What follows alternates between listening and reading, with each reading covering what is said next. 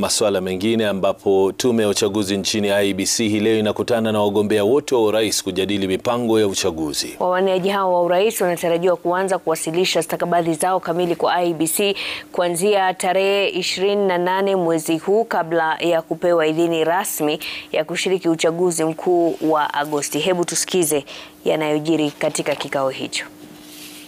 The registration status of the supporters who would have signed for you. So then we are here, and the team is here to assist you go through this and ensure that your supporters' signatures meet the requirement. And where there's a shortfall of signatures in numbers or reduction owing to dismissal of certain supporters, the Commission shall provide a reasonable time frame for top-up to be done, and subsequent verification shall also follow.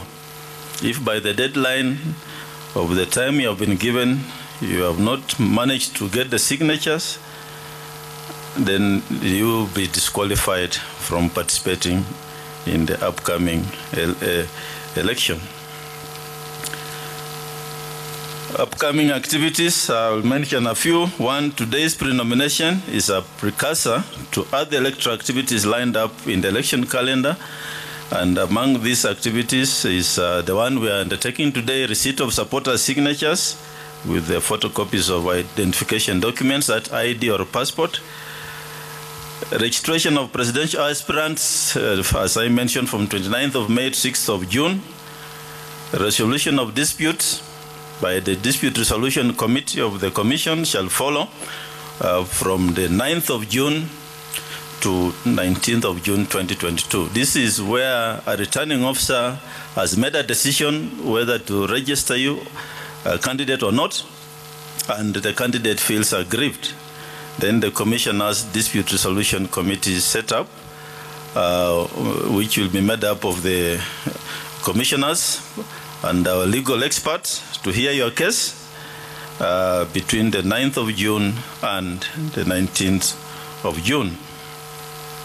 Campaign period shall run immediately after registration commences from the 29th of May to the 6th of August 2022.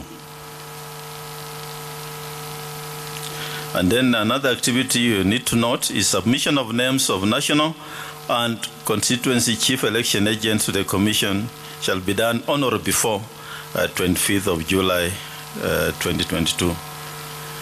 The Commission shall continue to update candidates on various aspects of the elections. And as I mentioned, our technical staff are readily available to respond to concerns arising from our processes.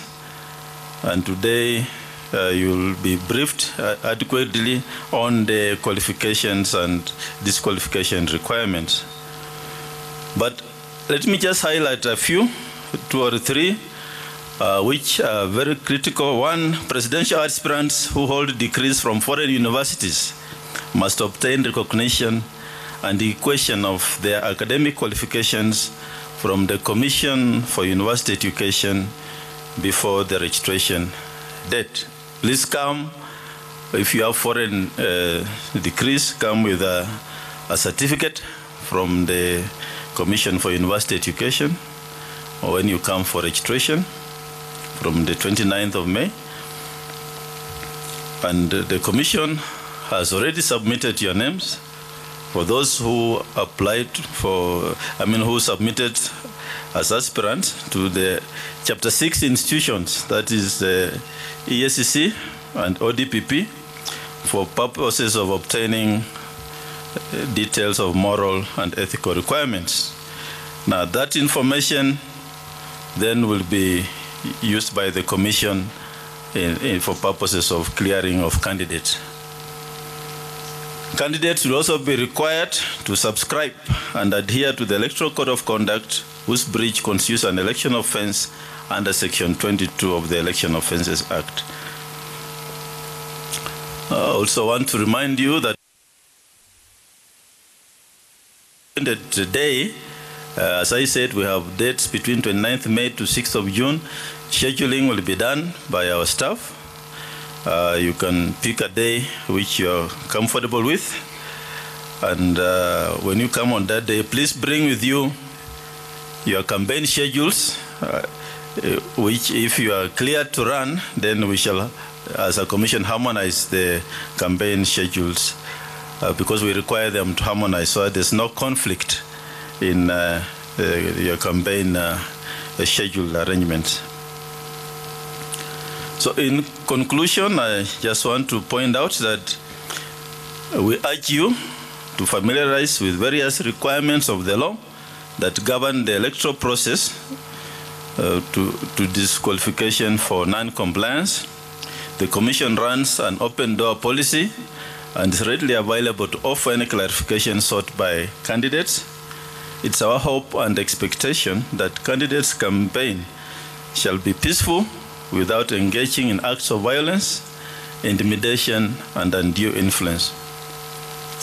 In the same breath, it's expected that any breach of electoral laws will be firmly dealt with by institutions charged with the administration of justice, including the National Police Service, the ODPP, and the special magistrates courts, which have been set up by the Honorable Chief Justice to address electoral offenses.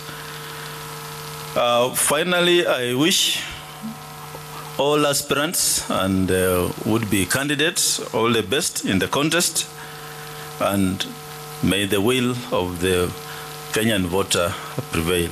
Thank you very much.